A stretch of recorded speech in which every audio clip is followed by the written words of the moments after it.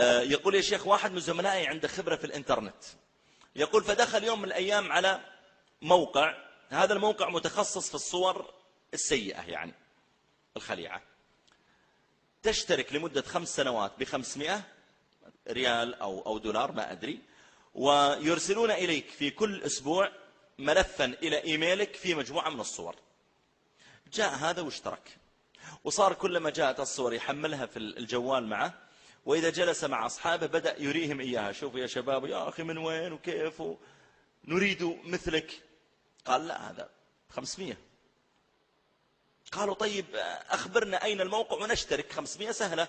قال لا أنا سأوفر عليكم، كل واحد منكم يعطيني إيميله وأنا أعمل لها عندي مباشرة، لما توصلني أعمل إعادة رسالة وأرسلها لكم.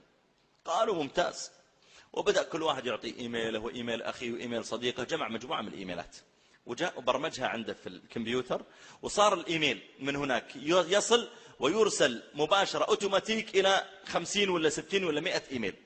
كلما جلس معهم فإذا هو قد فتح القدس، كل ما جلس يا أخي ما شاء الله عليك والله الصور رائعة هذا الأسبوع وكيف وعملت وفرحان. مضى 6 أشهر وقع عليه حادث ومات. مات. يقول صاحبي يا شيخ صلينا على الرجل ودفناه،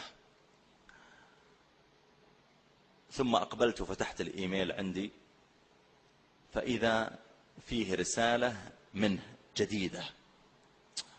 فتحت الرسالة فإذا هي صور خليعة. قلت لا يمكن هذه رسالة من زمان وأنا ما انتبهت إليها، أعوذ بالله من الشيطان الرجيم، ومسحتها.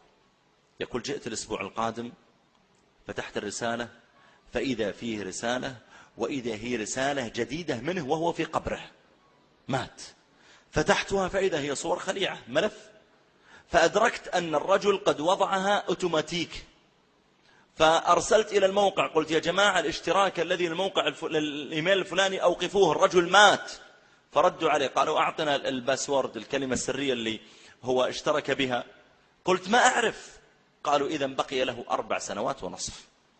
يقول أنا يا شيخ بنكمل 2 ولا يزال يرسل لي في كل أسبوع ويرسل لي أصحابي.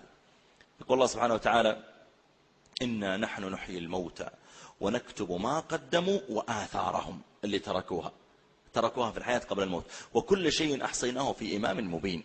فأنا أقول أيها الإخوة والأخوات، الأمر بالمعروف والنهي عن المنكر، من رأى منكم منكرا فليغيره بيده، فإن لم يستطع فبلسانه، فإن لم يستطع بقلبه، وليس وراء ذلك من الإيمان حبة خردل.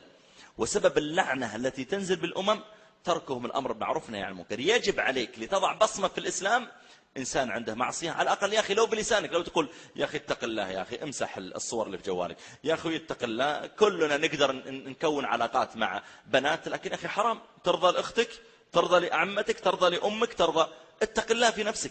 على الأقل بصمتك في الإسلام يا أخي أنك تأمر بالمعروف وتنهى عن المنكر.